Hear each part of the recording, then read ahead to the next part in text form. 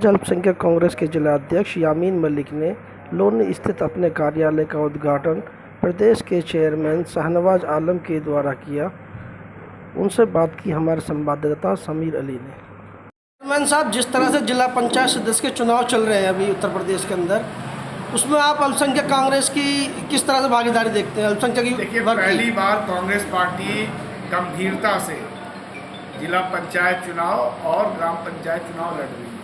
इसको लेकर के हमारी पार्टी में जितने भी सीनियर लीडर्स हैं सबको जिम्मेदारी दी गई है, जोन बांटे गए हैं। सीधे खुद प्रियंका गांधी जी ने भी अपने दो सचिवों श्री धीरज गुजर जी को और श्री जुबैर खान जी को इस जिम्मेदारी में लगाया हुआ है। तो हम ये पूरा चुनाव और हमारी पार्टी के जितने भी डिपार्टमेंट्स हैं, चाहे वो दलित कांग्रेस हो, माइनॉरिटी कांग्रेस हो, सबको इसमें लगने के लिए बोला गया है। हम खुद अभी कम से कम 8-9 ज़िलों में हम लोग की जिम्मेदारी दी गई है, हम प्रचार भी कर रहे हैं। तो ये पहली बार हम लोग बहुत सीरियसली कांग्रेस पार्टी इन चुनावों को गंभीरता से लड़ रही है और बहुत अच्छा रिजल्ट आने जा रहा है। अच्छा, पहली दफ़ा हम देखने को मिल रहा है कि कांग्रेस जिला पंचायत सदस्य के चुनाव में इतनी आक्रामक होकर लड़ रही है। तो अब ये समझा जाए कि अपना ही मतलब जैसे होता है कि अपने बच्चा पैदा करके उसी को बड़ा करने वाली बात। पहले तो क्या होता था, सदस्य के चुनाव जो लड़के आ चुके हैं उसी को पार्टी में एंटर करके उसी को ब्लॉक अध्यक्ष, उसी को जिस तरह से जिला अध्यक्ष बनवा दिया करते थे। अब वो सिस्टम नहीं है, अपने कार्यकर्ताओं को भी बढ़ाने का कार्यकर्ताओं। देखिए, ये चुनाव बेसिकली कार्यकर्ताओं का होता है। नेता का जब चुनाव होता है विधानसभा का और लोकसभा का, तो उसमें कार्यकर्ता आपके साथ खड़ा होता है। ये चुनाव ऐसा होता है जिसमें कार्यकर्ता के साथ नेताओं को खड़ा होना चाहिए। पार्टी हमारा इस तरह मानती है। दूसरी चीज़ ये एक तरह से समझ लीजिए कि प्रैक्टिस है। बड़े मैच से पहले प्रैक्टिस होता है। 2022 में जो हम लोग मैच खेलेंगे उसकी तैयारी एक तरह से आप समझ सकते हैं कि ये हो रहा है। और हम बहुत गंभीरता से इस बात को, मीडिया भी रिकॉग्नाइज कर रही है कि बहुत गंभीरता से हम इस चुनाव में लगे हुए हैं। तो बेसिकली ये तैयारी है 2022 और उसके बाद 2024।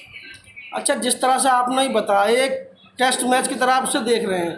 अगर इसमें जिला पंचायत सदस्य के चुनाव में अगर कांग्रेस अच्छा बेहतर प्रदर्शन करती है तो 2022 में जो विधानसभा का चुनाव है वो अकेले लड़ेगी, या फिर अगर जो अच्छा प्रदर्शन नहीं करती है तो गठबंधन की तरफ विचार करेगी? देखिए, गठबंधन कांग्रेस पहले करती रही है, लेकिन गठबंधन तब होता है जब कोई पार्टी सत्ता के खिलाफ। गठबंधन बेसिकली सत्ताधारी पार्टियों की मुखालिफ जो संगठन होते हैं, पार्टियां होती है, उनके बीच में गठबंधन होता है।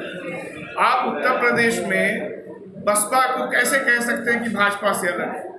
किसान आंदोलन पे उनके सांसदों ने संसद के अंदर भाजपा के पक्ष में बयान दिया।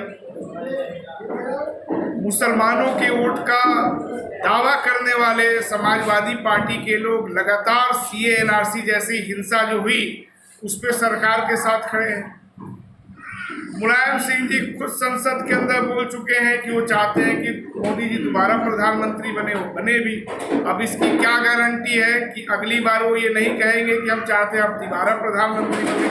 तो बेसिकली अलायंस तो क्रेडिबल लोगों के बीच होता है ना, विश्वसनीय लोगों के बीच होता है जो सरकार के खिलाफ। यहाँ कांग्रेस के अलावा जितनी भी पार्टियां हैं वो तो सब सरकार के साथ दिख रही हैं।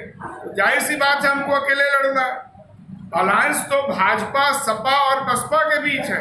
वो घोषित है या अघोषित है एक अलग मसला है, लेकिन यहाँ दो गठजोड़ तो पहले से काम कर ही रहा है। एक तरफ उनका गठजोड़ है, एक तरफ हम जनता के साथ गठजोड़ करके लड़ेंगे।